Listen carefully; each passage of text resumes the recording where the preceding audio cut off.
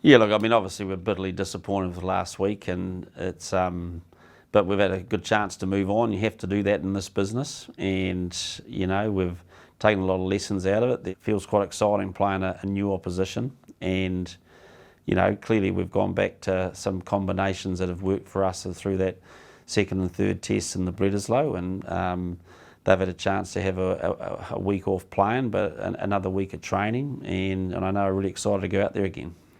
It's a strong pack, and Moods has missed a couple of games, and he's jumping out of his skin to get back in. We've got Tyrell, who we think's been a much improved player. We've got Neeps, who's come back from the birth of his baby, and he's excited to contribute. So there's some real experienced campaigners in there, and you put sort of Colsey and Cody in that mix, and then I guess you put Paddy back in behind them with Sammy, and Paddy's got over his head cold that kept him out of the last game.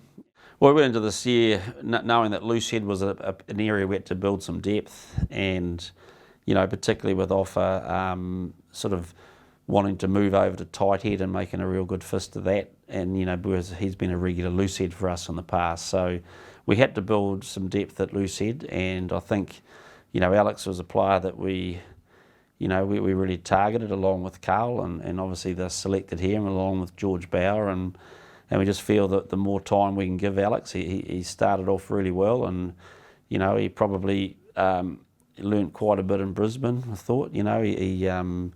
He's learnt that in test level it's people find out about you pretty quick, and that's a beautiful thing about giving him a few runs in a row, that he can keep learning the lessons from last week and applying them this week. And going to be a very different beast that he's up against, with the Argentinians, because they scrum very different from the Australians. So, good challenge for him.